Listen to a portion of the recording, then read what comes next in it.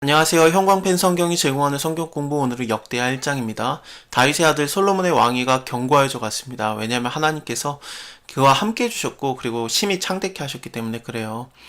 다윗과 언약을 하셨죠. 내가 너의 왕권을 견고하게 해주겠다, 그렇게 말씀하셨어요. 물론 그거는 예수 그리스도까지 이어지는 메시아적인 언약입니다.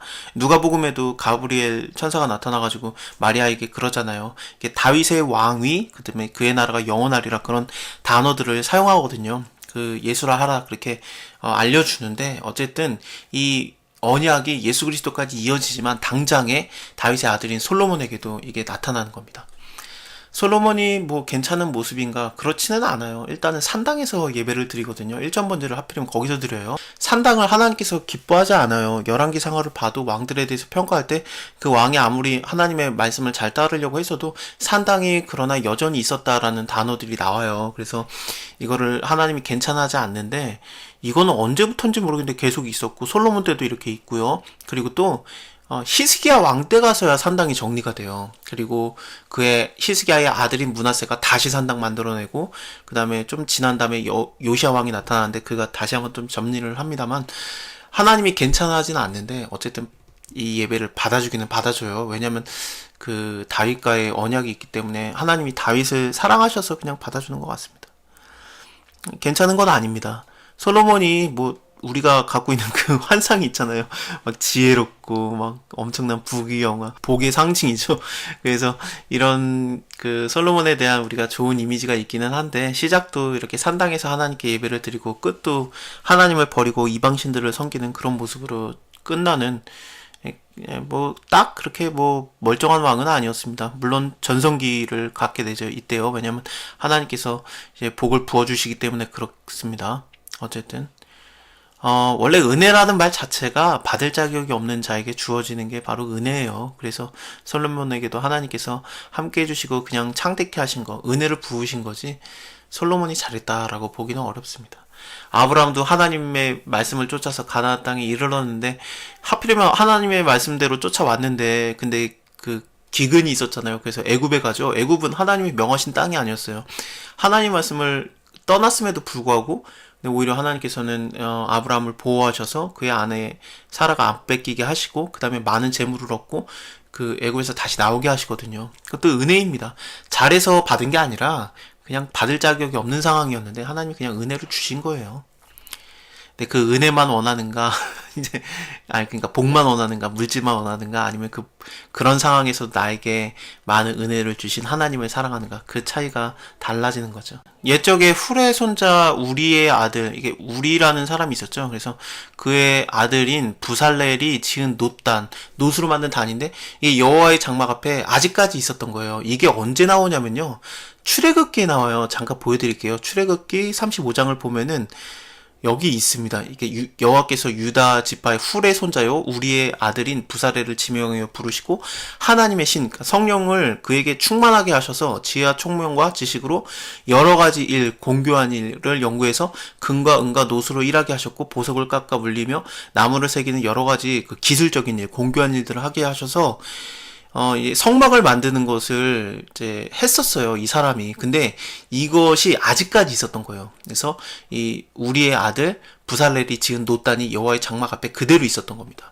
솔로몬이 회중으로 더불어 나아가서 여호와 앞 곧 회막 앞에 있는 놋단에 이르러서 그를 위해서 일천 희생으로 번제를 드렸습니다. 이 일천 번제라는 게 1000번을 드린 건지 아니면은 1000배에 이르는 엄청나게 큰 번제를 드린 건지, 두 가지 의견이 다 있습니다. 잘 모르겠습니다. 뭐가 맞는지는요. 이게 1000일을 말하는 건지 1000배를 말하는 건지 확실하지가 않아요. 이 밤에 하나님이 솔로몬에게 나타나서 말씀하십니다. 내가 너에게 무엇을 줬고 너는 구하라. 솔로몬이 하나님께 여짜오되, 주께서 전에 큰 은혜를 나의 아버지 다윗에게 베푸시고 나로 대신하여서 왕이 되게 하셨사오니 여호와 하나님의 원컨대 주는 내 아비 다윗에게 허락하신 거 이제 굳게 하옵소서. 주께서 나로 땅의 티끌같이 많은 백성의 왕을 삼으셨사오니 주는 이제 내게 지혜와 지식을 주사 이 백성 앞에 출입하게 하옵소서. 이제 많은 백성들이 나한테 올 건데 누가 다 재판을 하겠습니까? 이런 부탁을 합니다. 이 기도는 하나님께서 보시기에 굉장히 괜찮은 기도였어요. 일단은 네가 뭐 장수하는 것도 구하지 않고 원수들의 생명이라든지 아니면 부와 명예 이런 것도 하나도 안 구하고 내가 너에게 치리하게 한 내 백성을 재판하기 위해서 지혜와 지식을 구했으니 이거는 잘 구한 거다 라면서 하나님께서 이제 은혜를 더하시는 거죠. 재판을 한다는 것이 왜 왕까지 가냐면은 이렇게 모세 때 정해진 건데요. 모세가 혼자서 다 재판을 하고 있었어요.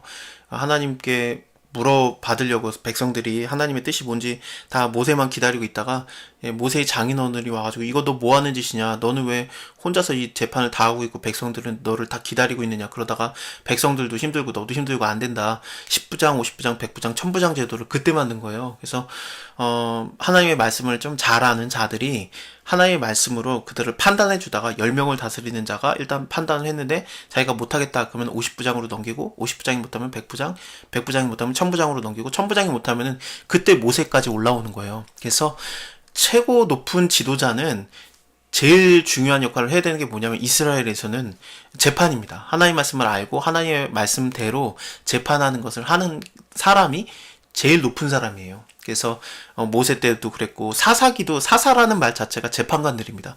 용사들을 말하는 게 아니에요. 물론 용사로서 역할도 했고 다른 나라에서 특히나 블레셋이 많이 공격을 해왔었죠. 그들에게서 이제 구원하는 일도 했었지만, 근데 사사라는 말 자체가 재판관이라는 뜻입니다. 그리고 또 사무엘도 그런 역할을 했었고, 사울 왕 다윗 다 마찬가지입니다.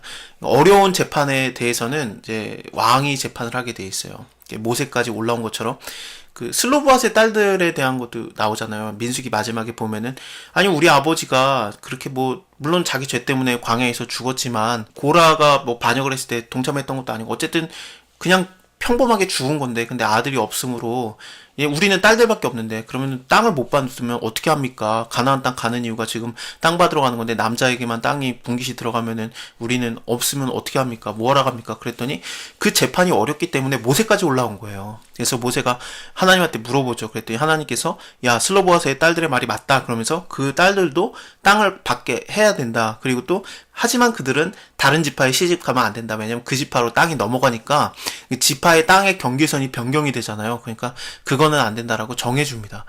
어쨌든 어려운 재판에 대해서는 반드시 솔로몬이라든지 뭐 다윗이라든지 최고 높은 사람들이 해야 돼요. 이 이후에 이제 그 유명한 솔로몬의 재판, 뭐 아이를 반으로 가르라, 그 지혜로운 재판이 나오지 않습니까? 왜 재판을 하냐면 그래서 그렇습니다. 그러니까 솔로몬이 재판을 하는 거에 대한 지식과 지혜를 달라고 하나님께 부탁을 했던 거죠. 하나님께서 이게 보기에 너무 괜찮은 거죠. 왜냐면은 재판관으로서의 역할을 한다는 게 뭐냐면은 이거는 자기가 왕이 됐다라는 의미보다는 하나님께 왕권을 드리는 거예요. 하나님의 말씀을 통해서 재판을 하기 때문에 그렇습니다. 다윗이 왕이 되었지만 다윗은 자기가 왕으로서 쓰려고 하는 게 아니라 하나님이 왕이시고 하나님이 나의 목자고 나는 그의 양이고 하나님이 왕이고 나는 그의 백성이고, 그런 관계를 늘 인정을 했거든요. 솔로몬도 그 모습이 보여지는 거죠. 야, 너 잘했다. 오직 내가 너로 치리하게 한 내 백성을 재판하기 위해서 지식과 지혜를 구했으니 그러므로 내가 너에게 지혜와 지식을 주고 부와 재물도 주고 존영도 주고, 그리고 너의 전에 왕들이 이와 같은 것도 없었고 너의 후에도 이와 같음이 없으리라. 이에 솔로몬이 기브온 산당 그 회막 앞에서 예루살렘으로 돌아와서 이스라엘을 다스리기 시작합니다. 물론 솔로몬이 지혜가 원래 있던 자였어요. 지혜와 지식이 많았기 때문에 유전적으로도 그렇습니다. 그의 외할아버지가 아히도벨이니까 천재였습니다. 그래서 아히도벨의 베푸는 모략은 압살롬에게나 다윗에게나 하나님께 물어받은 말씀과 일반이었다라고 나올 만큼 사무엘 하에 나옵니다. 굉장히 엄청난 모사였습니다. 역대상에서도 모사 중에 그 아히도벨이 나오고요. 그의 그 외손자가 되겠죠. 그러니까 원래 유능하고 지식도 괜찮았을 겁니다.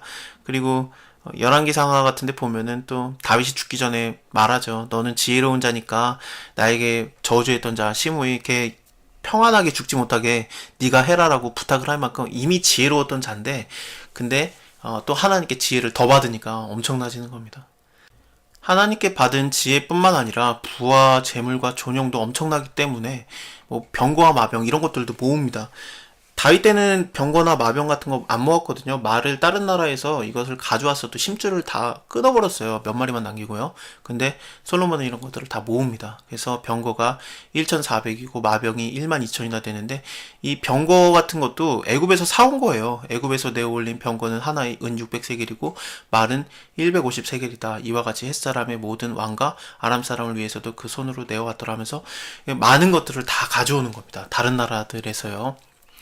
뭐 금이라든지 은은 돌같이 흔하게 되었고요. 백향목은 평지에 뽕나무처럼 많아졌습니다.